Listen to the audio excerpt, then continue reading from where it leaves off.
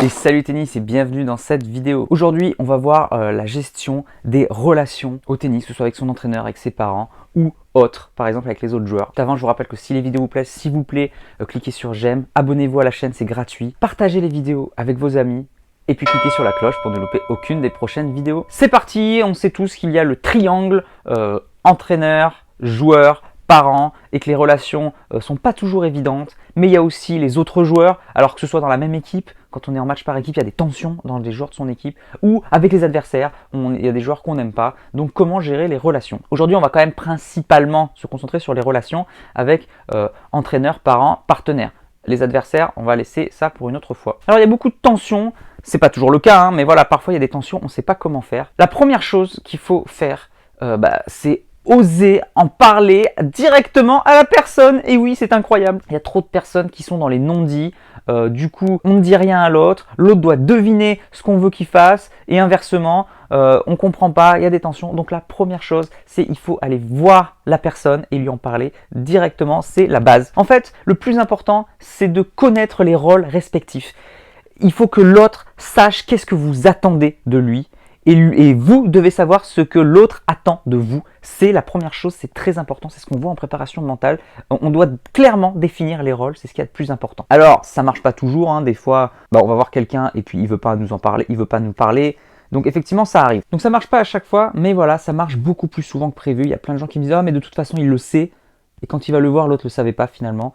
Ou il y a plein de personnes qui vont dire mais de toute façon, il ne va pas accepter, il va me rire au nez. Et puis finalement, quand on fait la démarche, l'autre est ouvert. Donc ça arrive beaucoup plus souvent qu'on ne le croit, hein, que finalement ça va bien se passer. Après, pour la manière de le dire, moi j'aime bien la méthode gagnant-gagnant. Donc c'est une méthode où en fait, on n'est pas en mode je veux gagner quelque chose et l'autre va perdre quelque chose. On ne cherche pas un compromis, on cherche vraiment à résoudre les volontés des deux. Et en fait, il est très rare que les deux volontés soient incompatibles. Il y a toujours, en cherchant, je veux quelque chose, mais en fait, c'est pas vraiment ça que je veux, c'est ce qu'il y a au-delà. Et du coup, on trouve un terrain d'entente. Donc ne faites pas de concessions, mais soyez vraiment dans l'écoute de l'autre. Ne soyez pas campé sur vos positions. Essayez d'être ouvert à l'autre. Vous devez être empathique et vous verrez que le fait d'être empathique, du coup, l'autre va être empathique aussi. Donc on cherche vraiment la solution gagnant-gagnant. On n'est pas là pour se tirer dans les pattes, on est là vraiment pour que les deux fonctionnent en même temps. Après, dans la communication, il y a bien le jeu. Commencez par je, j'ai telle émotion, ne dites pas tu fais ceci, tu fais cela, parce que si vous parlez d'une accusation, l'autre va se braquer et va rester sur ses positions. Alors que si vous dites je, vous avez la responsabilité de vos émotions. L'autre n'est pas du tout responsable, c'est vous qui êtes responsable de vos émotions.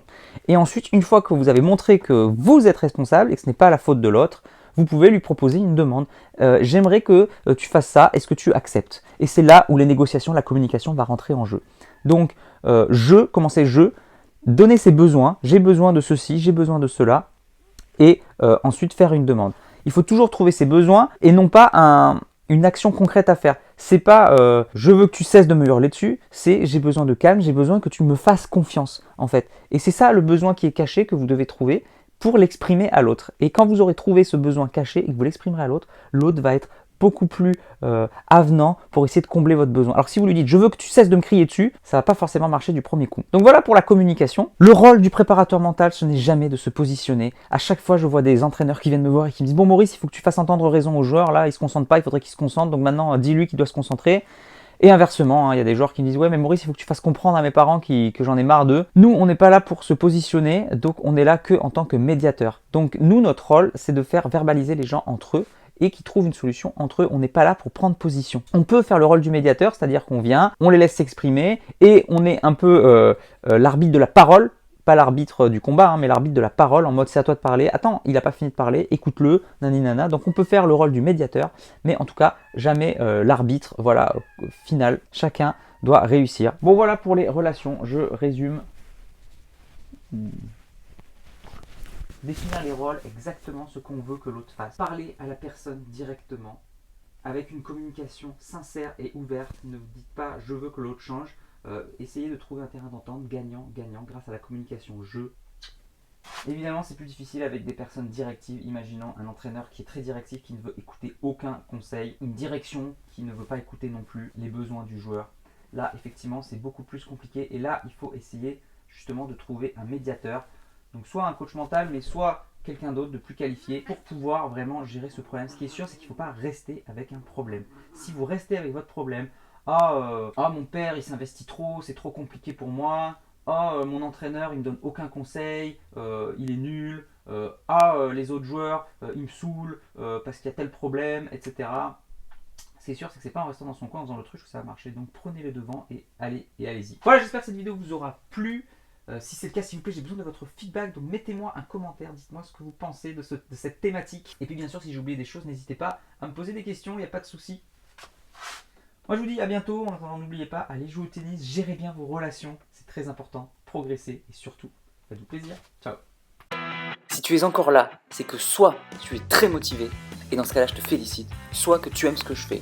Dans tous les cas, s'il te plaît, laisse un commentaire pour donner ton opinion et soutiens mon travail, soit en partageant les vidéos, c'est important pour l'algorithme, soit en allant sur Tipeee. Tu peux aller encore plus loin en t'abonnant à ma newsletter où je te donnerai plein de conseils. Rien de plus facile, clique sur le lien dans la description. A bientôt.